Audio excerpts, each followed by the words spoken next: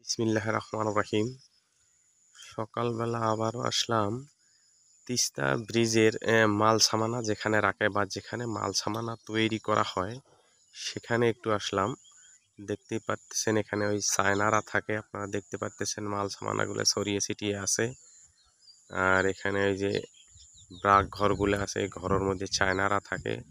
ওরা এখান থেকে কিভাবে কাজবাজ বা মেশিনপত্র কিভাবে কি তৈরি করা লাগে এগুলো এখান থেকে তৈরি করার পরে ব্রিজের ওখানে নিয়ে লাগায়, মাল সামানা লাগায়। আর দেখতে পাচ্ছেন এখানে দূরে একটা ক্রেন দাঁড়িয়ে রয়েছে যেখানে মাল সামানা ওঠানামা করা হয়।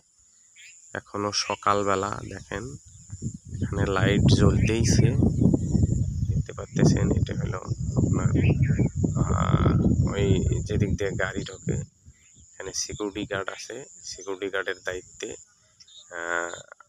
এখান দিক দিয়ে মাল সামানা নেওয়া হয়। দেখতে পাচ্ছেন আপনারা,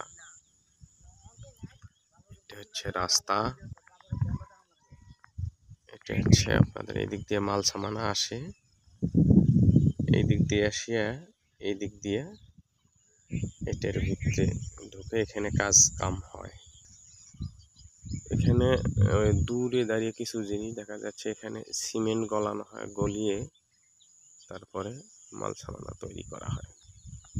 দেখতে পাচ্ছেন ওই যে ব্রাক ঘর দেখা যাচ্ছে, এখানে চায়নারা থাকে। আর এখানে যে মেশিনপত্রগুলো এখানে মাল টানা হয়, নেওয়া হয়, এই মেশিনপত্রগুলা মানে কতগুলো ইটের খোয়া, এই জায়গা থেকেই মূলত সমস্ত কাজ হয়।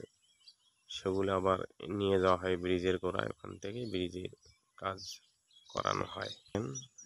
আপনারা দেখতেই পাচ্ছেন এটা হচ্ছে গেট।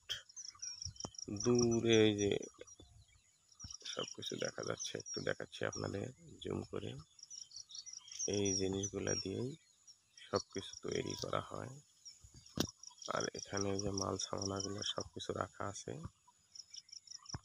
আর এটা হচ্ছে এখানে যা পানি লাগে সেই পানির ট্যাঙ্কিগুলো এইদিকে বসানো, দেখতে পাচ্ছেন আপনারা। এটা হচ্ছে সামনের রাস্তা, এদিক দিয়ে সুন্দরগঞ্জ যাওয়া লাগে বা সুন্দরগঞ্জ রংপুর আপনি যেখানে খুশি সেখানে যাইতে পারবেন। এদিক দিয়েও মাল সামানা আসে, আবার ওই একই গেটের ভিতরে ঢুকে যায়। আর এটা হচ্ছে পূর্ব প্রান্ত, এই দিক থেকেও মাল সামানা আসে, আসার পরে আবার এদিক দিয়েই ঢুকে যায়। সবারে দেখাচ্ছি, একটু দেখাইতে পারতেছি, খুব ভালো লাগতেছে। সবাইকে আবারও আসসালামু আলাইকুম। সবাই ভালো থাকবেন, সুস্থ থাকবেন, ধন্যবাদ।